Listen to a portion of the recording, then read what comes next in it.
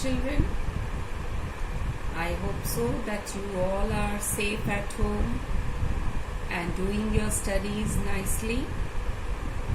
Children, in this session, we are going to discuss the long questions of chapter 17. That is fundamental rights, duties and directive principles of state policy.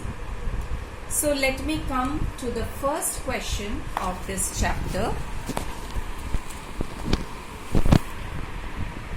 First question is, explain the 5 provisions given under right to equality.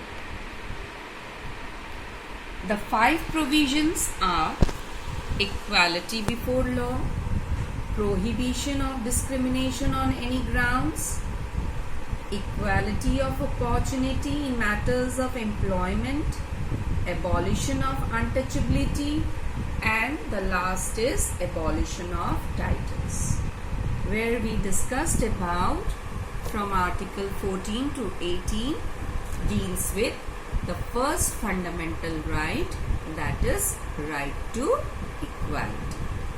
Now we come to the next question. Our fundamental rights are not absolute or unlimited. Support the statement by giving any 4 suitable examples. That means we have to give certain examples and through which we can prove the above statement that fundamental rights are not absolute or unlimited. So let me come to the topic. Before going into the answers, I want to show you the pages of this. Here are the pages. Restrictions on fundamental rights. When I was teaching you this topic, I told you that fundamental rights are not absolute or unlimited. There are some certain restrictions which are essential in the interest of community. So for that you will write here that certain limitations are necessary for the meaningful enjoyment of the rights. And what are those rights? Fundamental rights. Because these restrictions are essential for public order, morality and integrity of India, which I have discussed earlier. So here are those examples. First is to prevent spread of infectious diseases. Free movement of people can be restricted.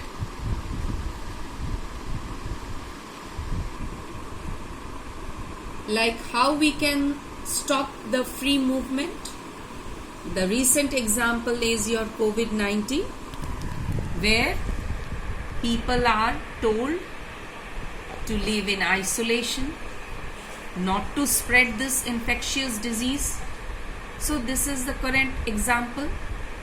So this is the first point.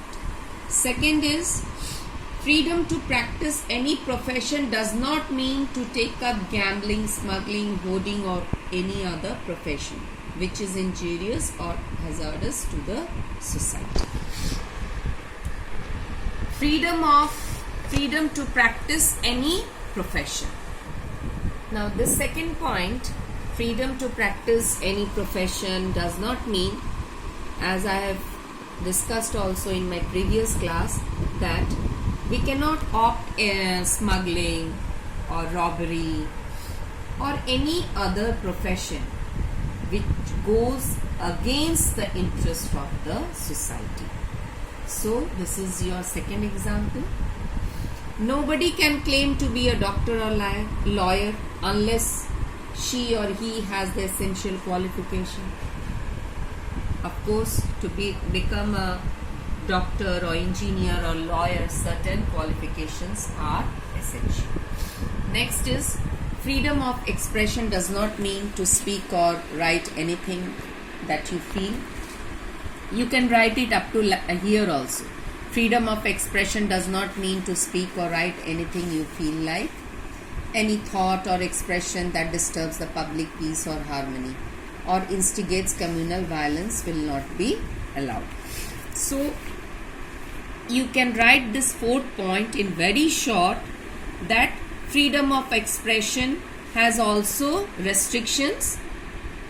What is that restriction? We cannot speak or write anything we feel like. Means we cannot speak or we cannot write anything, or we cannot express our thought which is against the interest of society, which hampers the individual feeling. We cannot go or do that thing. So you can write this point up to here also, that you feel like, up to here. Now we come to this page number 199. Here these examples are there. So from here also you can write the answer if it is not visible here. Now we come to the third question, that is, classify directive principles of state policy into 4 main categories. Explain each of them briefly. Here we discussed about 4 principles. Before that, you will write the introduction of directive principles. That directive principles are the guidelines, instruction given by the Constitution. Now the 4 main categories are, you will write economic principle, social principle, Gandhian principle, and principles related to international peace and security. In economic principle, you will write these 2 points: to secure equal pay for equal work for both men and women, adequate means of livelihood for all. Again, in social principle, you will write to make efforts to raise the standard of living and public health, and second, to guard children against economic exploitation and moral degradation. I explain you this term. Moral degradation means we will not allow the children to lower the level of moral or ethical standard of behavior. That is moral degradation. Next is Gandhian principles, to organize village panchayats and to promote cottage industries. And the next principles related to international peace and security, just and honorable relations between nations, and promote international peace and security. I have also given you this answer here principle wise. These are the economic principle, next is social principle, next is Gandhian, and the last one is related to international peace and security. You will get this answer in page number 200 and 201. I hope so. You all have the books with you. The next question is, highlight the main provisions of the right to freedom. Yes, main provisions of right to freedom. Before going into this answer, let me show you the pages of the book where we will find this answer. You will come to page number 196 and you will write all these provisions. Now, what is that first provision? Freedom of speech and expression. This is your first provision. Second is freedom to assemble peacefully and without arms. Third is freedom to form association and unions. Next one is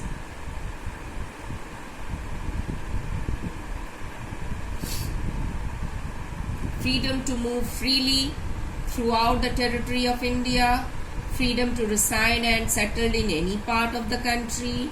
Freedom to practice any profession or to carry on any occupation, trade or business. Then right to freedom has also included 3 more freedoms, that is protection in respect of conviction for an offence, protection of life and personal liberty, protection against arbitrary arrest and detention, and the last is right to education. Children, in my previous session when I was teaching you this topic, that time I came across Article 21, personal liberty. Then I discussed about from Article 19 to 22 that deals with right to freedom, where I discussed about all these provisions of right to freedom.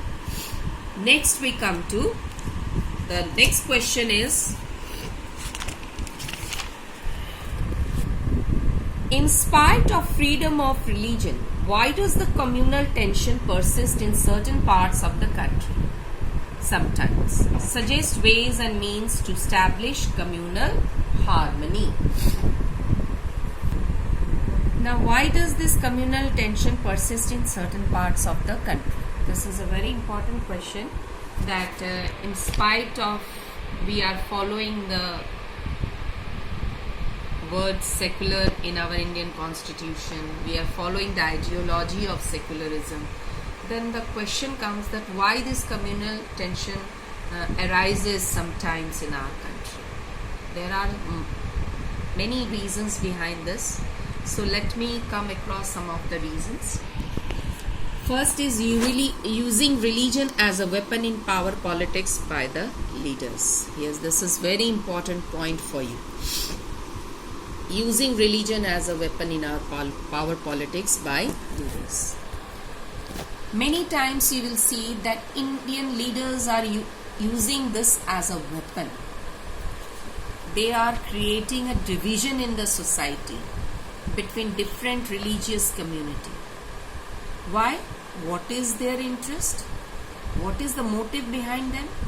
That they want to get number of seats in election. They want to become the winner in the election, and that's why they use this weapon. And our common people doesn't understand the motive behind it, and they sometimes get trapped into this matter, or you can say they indulge in these activities sometimes which go against the interest of the society. So this religion as a weapon in power politics by leaders, in Indian politics this has become a major weapon, where our Indian leaders are using this to become or you can powerful in politics, or you can say they want to gain the power through this medium. This is the main reason. So here we have to understand the motive, and we should not be indulged in these activities, or you can say that we should not be guided by these type of leaders and involve ourselves in these matters. Next is difference in opinion. This is also one of the reasons behind communal tension in our country. Difference in opinion means sometimes the opinion clashes. For example, if you see the family members, if for example you have 5 members in your family, different persons have different opinion about any matter. So here the opinion can clash. So do we fight for this? No, we don't fight. For a while there is a clash of opinion, but after that it becomes normal. The same thing we have to follow here also, and we don't have to fight and create communal tension in the country, in the society, because it is not better for anyone. So sometimes difference in opinion also creates communal tension. Next is intolerant attitude. This is also one of the reasons behind communal tension. As we all know that our country is a country with diverse religions, diverse languages are there, diverse cultures are there, and we have to respect each other's religion, each other's culture, each other's languages. So we have to be intolerant attitude towards it. So this is intolerant attitude, where this is also one of the reason behind communal tension. That means we should not be intolerant towards anyone, any religion or any belief or any faith. Next reason is economic competition often leads to social tensions. Yes, this is also one of the important point. Many times you will see that there is an economic competition to earn more money. Economic competition means what? Where the competition is between different individuals to earn money. Economic means earn money. So economic competition often leads to social tension. Sometimes you will see that due to this reason only, it creates a social tensions in the society among different religious groups. You can get the example, number of examples are there. Some incidents which took place in Udaipur and in Godhra Kand also. Sometimes you will also, you have in previous, if we go to history, then you will also see about or heard about the incidents of Bihar Sharif. So these are some of the examples which took place in India, and the reason behind it was economic competition, which led to social tensions between different religious groups, particularly between Hindus and Muslims. So I hope so you understood about these 4 reasons behind the communal tension. Communal tension, it is just the opposite of secularism, where in the name of religion fighting against each other for any reasons. That is only communal tension. Next is, what are the steps or ways to establish communal harmony? So different ways how to establish communal harmony. Means the above was the reason for communal tension, but here it is asking you how we can overcome this communal tension, or how we can establish communal harmony. So these are the ways to establish communal harmony. First is to create secularism ideology in our mind. This point means that secularism is one of the main ideal of our preamble enshrined in Indian Constitution. So we have to keep in mind that our country is a secular country, and this ideology should stick to our mind. This should be followed by every Indian. Second is to promote moral education in educational institution. Before teaching any subject or any religious subject should be taught, moral education is very much essential for humanity, because it is the part of education, or you can say it is the important part of education, where the students learn to discriminate what is good and what is bad. So moral education is very much essential for educational institutions. Third point is encourage the media to promote communal harmony. You know that media is the watchdog of democracy. If media goes or runs well, our democracy will also run very well. In class 7 you read about how media plays its role in a democracy.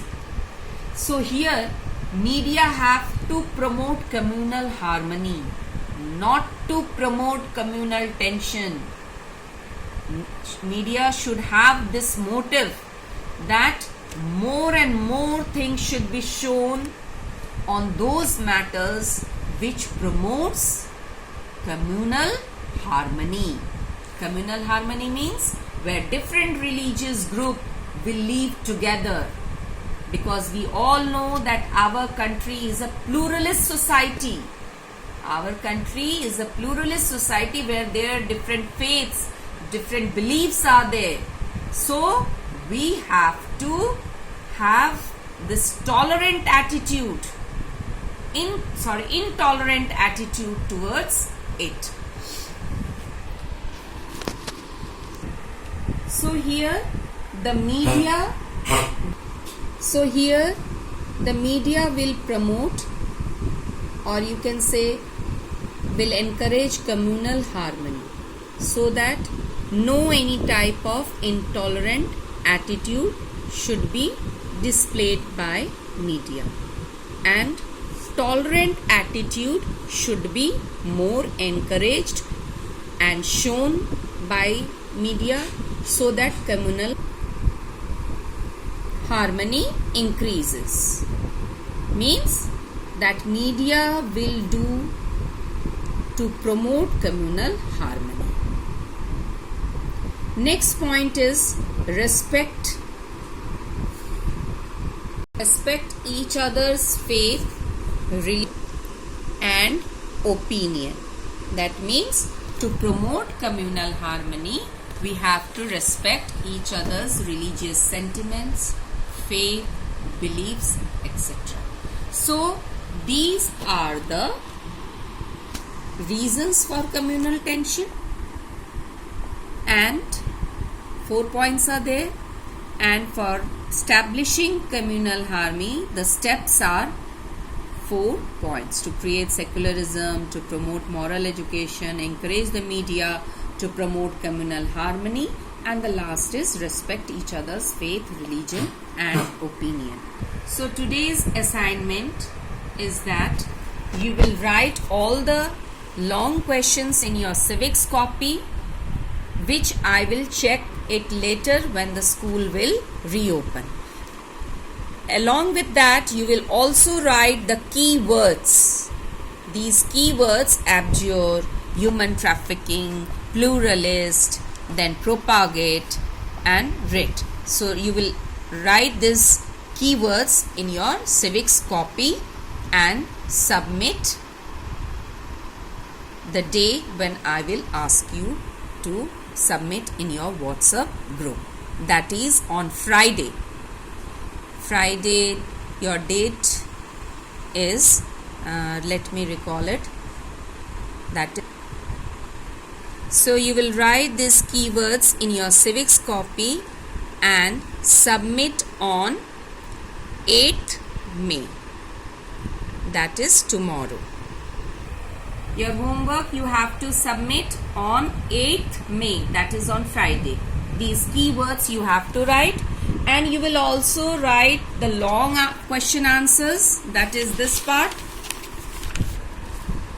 in your civics copy, and I will check these answers when the school will reopen. One thing more, children, in my previous session, here the secularism, in match the following, you will do secularism promotes harmony, and for fundamental duties you will match 42nd Amendment. Most of the children have done it and I have checked, but all of you are not submitting your assignment, which I can see in WhatsApp group. So children, please be sincere in your studies. Do it regularly what the teacher asks you to do it. Be safe, be healthy, stay at home, do your studies. Thank you, children.